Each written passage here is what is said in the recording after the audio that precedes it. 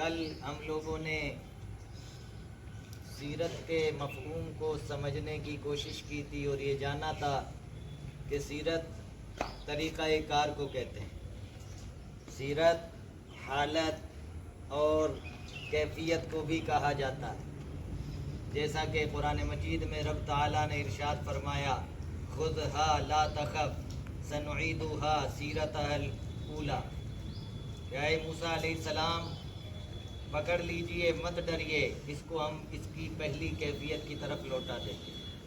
تو یہاں کیفیت کے معنی میں استعمال ہوا ہے، اور یہ آج تاجدار ختم نبوت صلی اللہ علیہ وسلم کے ساتھ مخصوص ہو گیا ہے۔ سیرت کا لفظ یعنی حضور علیہ الصلاۃ والسلام کے زندگی کے ہر گوشوں پر روشنی ڈالنا، اس کا نام سیرت ہے۔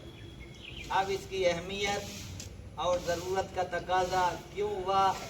اس لیے کہ رب تعالیٰ نے فرمایا لقد کان لکم فی رسول اللہ اسوۃ حسنہ، تمہارے لیے اللہ کے رسول صلی اللہ علیہ وسلم کی زندگی بہترین نمونہ عمل ہے۔ یہ مفہوم آیت ہے۔ کیا ہے؟ سیرت کی ضرورت کے تحت میں پہلی آیت جو بتائی جا رہی ہے وہ یہ ہے کہ اللہ کے رسول صلی اللہ علیہ وسلم پوری کائنات کے لیے نمونہ عمل ہے۔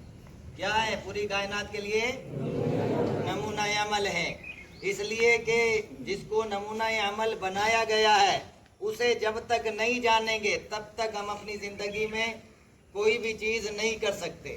حضور علیہ الصلاۃ والسلام گائیڈ بن کر کے آئے، سیمپل بن کر کے آئے، تو حضور علیہ الصلاۃ والسلام کی زندگی کے ہر گوشے کو جاننا ہم پر لازم و ضروری و واجب و فرض ہے، اس لیے کہ آیت کریمہ میں مطلق اور پھر اللہ کا پیارا بننے کے لیے بھی حضور کی سیرت کا جاننا ضروری ہے۔ اس کے لیے اللہ کا محبوب بننے کے لیے کیا ضروری ہے؟ سیرت۔ سیرت کس لیے ضروری ہے؟ کہ بندہ اللہ کا محبوب بندہ بن جائے، بندہ اللہ کا محبوب بندہ۔ اور قرآن مجید میں رب تعالیٰ فرماتا ہے قل ان کنتم تحبون اللہ فاتبعونی یحببکم اللہ، کہ اے حبیب مکرم صلی اللہ علیہ وسلم آپ فرما دیجئے اگر تم اللہ سے محبت کرتے ہو تو میری پیروی کرو، یعنی حضور علیہ الصلاۃ والسلام کی پیروی۔ اللہ تمہیں محبوب بنا لے گا، تو پیروی کب ہوگی؟ جب حضور علیہ الصلاۃ والسلام کی سیرت کو جانیں گے، ورنہ ہم پیروی نہیں کر پائیں گے۔ کہ ہمیں جس کی پیروی کرنی ہے اس کے بارے میں نالج ہونا چاہیے، جس کا ہمیں تابع ہونا ہے اس کے بارے میں ہمیں معلومات حاصل کرنی ہوگی، اس لیے بھی سیرت ضروری ہے۔ اور پھر قرآن پورا کا پورا اس میں اجمالاً بیان ہوا ہے آیات میں، تو اس کی تفصیل حضور علیہ الصلاۃ والسلام کے قول و عمل و فعل سے ملتی ہے۔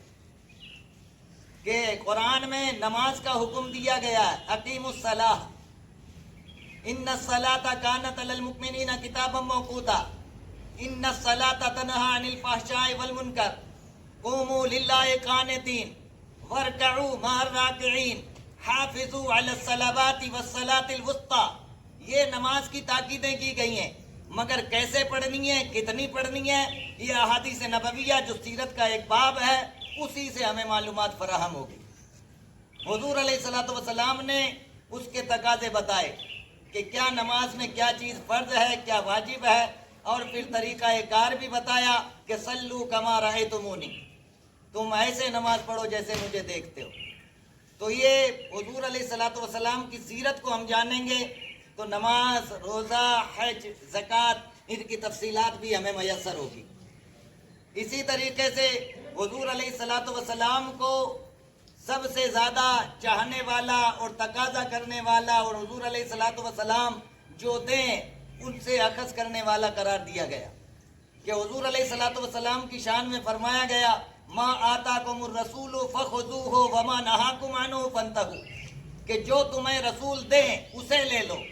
یہ کب ہم لیں گے، کب یہ جانیں گے کہ حضور علیہ الصلاۃ والسلام ہمیں کیا دے رہے ہیں؟ جب ہم ان کی سیرت کو پڑھیں گے۔ حضور علیہ الصلاۃ والسلام کی سیرت سے اگر ہم نہ آشنا رہے اور جانکاری ہمیں نہیں رہی تو پھر ہم سیرت کے باب کو نہ جانیں تو پھر قرآنی احکام کو بھی ہم سمجھنے سے قاصر رہیں گے۔ اس لیے کہ اللہ نے فرمایا جو تمہیں رسول دیں اسے لے لو، اور جس سے رسول روکیں اس سے رک جاؤ۔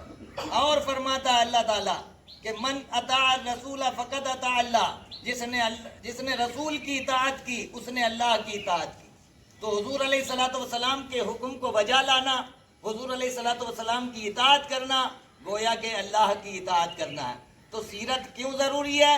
نمبر 1 اللہ کا پیارا بننے کے لیے، نمبر 1 اللہ کا پیارا بننے کے لیے، دوسرا حضور علیہ الصلوۃ والسلام کی اطاعت اللہ کی اطاعت ہے تو اللہ کا فرما بردار بندہ بننے کے لیے، اللہ کا فرما بردار بندہ بننے کے لیے، تیسرا اللہ کا محبوب بندہ بننے کے لیے، اللہ کا محبوب بندہ، اور چوتھا حضور علیہ الصلوۃ والسلام کی زندگی کو اپنے لیے گائیڈ لائن بنانے کے لیے، اپنے لیے گائیڈ بنانے کے لیے۔ تو یہ حضور علیہ الصلوۃ والسلام کی سیرت کے بے شمار پہلو ہیں اور بہت تقاضے ہیں۔ اگر ہم چاہیں کہ سیرت کے پہلوؤں کو ایک ہی ٹائم میں یا ایک ہی کتاب میں سمیٹ دیں تو پورا نہیں کر سکتے، اس لیے کہ بہت لمبا چیپٹر ہے۔